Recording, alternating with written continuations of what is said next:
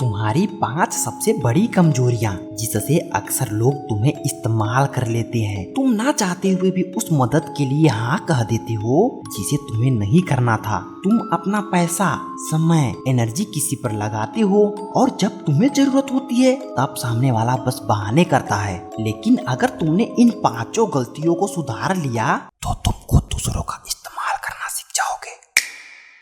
जिसमें चौथा नंबर वाला इतना इम्पोर्टेंट है कि अगर तुमने बस उसको देख लिया तो तुम जिंदगी में कभी भी किसी मैनिपुलेटर से कंट्रोल नहीं होगे। पर इसके पहले मैं तुम्हें तुम्हारी उन हरकतों के बारे में बताना चाहता हूँ जो तुम किसी मैनिपुलेटर के सामने करते हो।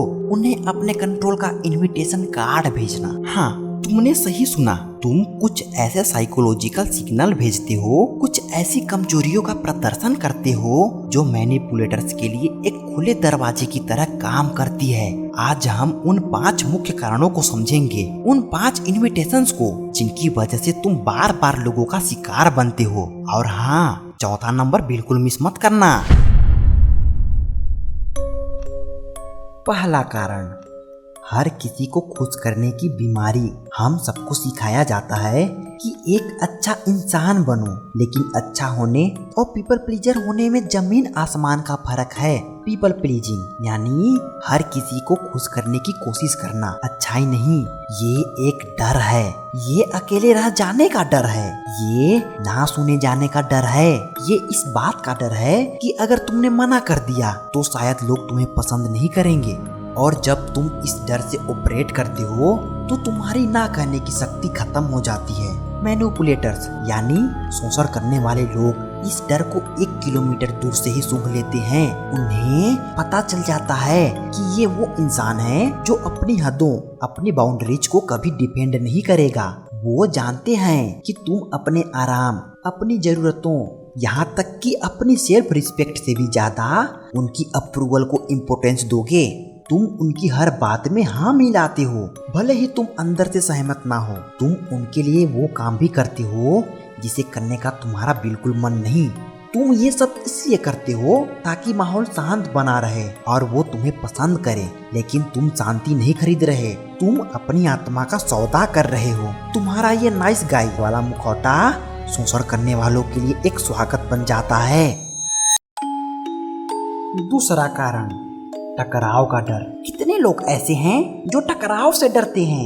एक अनबन, एक बहस, एक अनकंफर्टेबल कन्वर्सेशन। छोड़ो यार, कौन झगड़ा करे, जो कहता है करने दो। अगर तुम उनमें से हो तो तुम एक मैनिपुलेटर के सपनों के शिकार हो।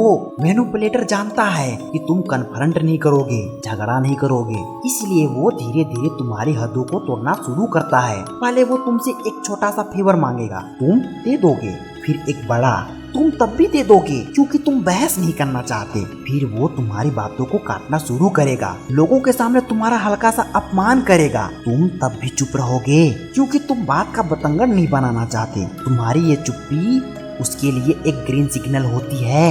ये उसे बताती है कि वो और आगे बढ़ सकता है और ज्यादा तुम्हारा इस्तेमाल कर सकता है। हर बार जब तुम टकराव से बचने के लिए चुप रह जाते हो, तुम जाने अनजाने में उसे ये परमिशन दे देते हो कि वो तुम्हारी और बेइज्जती करे, तुम्हारा और इस्तेमाल करे। तुम जिस शांति को खरीदने की कोशिश कर रहे हो ना, वो शांति नहीं, वो गुलामी है। असली शांति तब मिलती है जब तुम अपनी हदों की रक्षा करना सीखते हो, भले ही उसके लिए किसी से लड़ाई करना पड़े।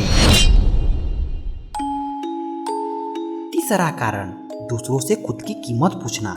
अगर तुम अपने अंदर से खोखला महसूस करते हो, अगर तुम अपनी कीमत खुद नहीं जानते, तो तुम हमेशा दूसरों से उस खाली प्याले को भरने की उम्मीद करोगे।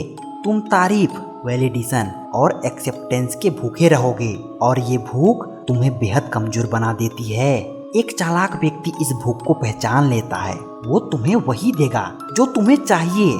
झूठी तारीफ, वो कहेगा तुम्हारे जैसा दोस्त तो कोई नहीं है और तुम उसके लिए कुछ भी करने को तैयार हो जाओगे। वो कहेगा इस काम को तुमसे बेहतर तो कोई कर ही नहीं सकता और तुम उस काम को फ्री में उसके लिए कर दोगे। तुम उस तारीफ के नशे के आदी हो जाते हो। वो मैनिपुलेटर तुम्हें इस नशे की एक छोटी सी डोज देता है और बदले में तुमसे बड़ी बड़ी चीजें निकलवा लेता है। तुम्हारी सेल्फ वर्थ उसके हाथों की कठपुतली बन जाती है। जब वो तारीफ करता है तुम अच्छा महसूस करते हो, जब वो क्रिटिसाइज करता है तुम बुरा महसूस करते हो। तुम्हारा रिमोट कंट्रोल पूरी तरह उसके हाथों में होता है। इसकी वजह यह है कि तुमने अपनी कीमत का सर्टिफिकेट दूसरों से लिखवाने की कोशिश की। जब तक तुम अंदर से खाली रहोगे लोग तुम्हारे अंदर जहर ही डालते रहेंगे।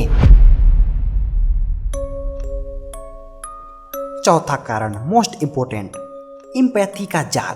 तुम एक दयालु इंसान हो। तुम दूसरों का दुख महसूस करते हो, उनकी तकलीफ समझते हो, लेकिन यही तुम्हारा सबसे बड़ा दुश्मन भी बन सकता है, क्योंकि एक खास प्रजाति के लोग होते हैं जिन्हें हम इमोशनल वैम्पायर या नार्सिसिस्ट कहते हैं। उनके लिए तुम्हारी एम्पैथी उनका भोजन होता है। वो तुम्हारे पास आएंगे और अपनी दुख भरी कहानियां सुनाएंगे, अपनी मजबूरियां गिनवाएंगे।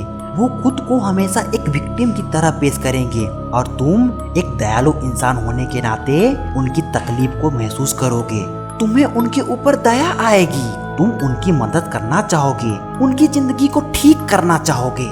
यहीं पर तुम जाल में फंस जाते हो।